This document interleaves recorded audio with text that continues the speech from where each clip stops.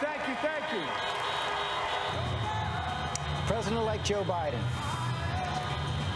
Talk about a man fortified by victory, the most forceful he's been throughout this campaign after receiving the most votes ever of any American presidential candidate ever at the age of 77. Boiled down his message to 3 words, he did it: time to heal. That was his message to a nation in the grip of a pandemic. Joe Biden, Dr. Joe Biden, now joining him out on the stage. That was his message to the millions of Americans out of work. That was his message in a time of racial tension, at a time when raw politics is seeping into too many corners of our lives. He says it's time to heal. He promised first and foremost to be a president who will not divide but will unify. Talking now of higher love. He still saw some of the old school politician in him. He couldn't help himself. He walked out onto the stage and called out the 2 senators from Delaware. That's a man who's been running for office since the age of 27, as the rest of his family comes out to celebrate as well. His son Hunter, the target of so many, gets a hug from his dad. Joe Biden never wavered in that love, no matter what was thrown at his son. Kamala Harris's family is out there as well. Mary Bruce, you were out there the whole campaign. We saw a man energized tonight.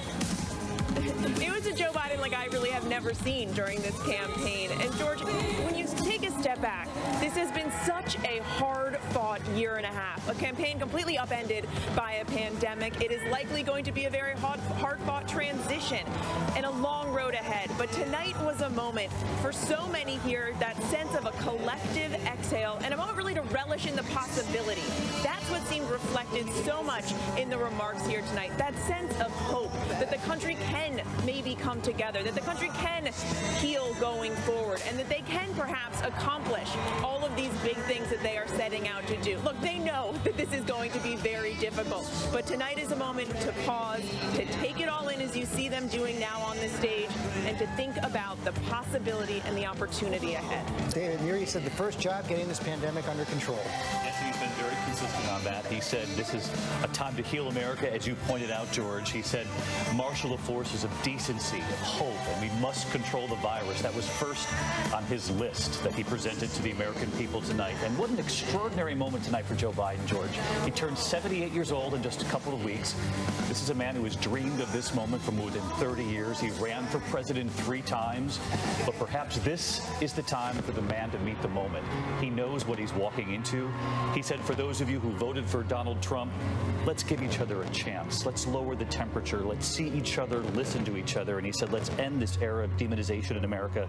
It ends now. And he will call on Democrats and Republicans to cooperate. And George, this was something he told both of us in this campaign leading up to this moment. That's what he intends to do.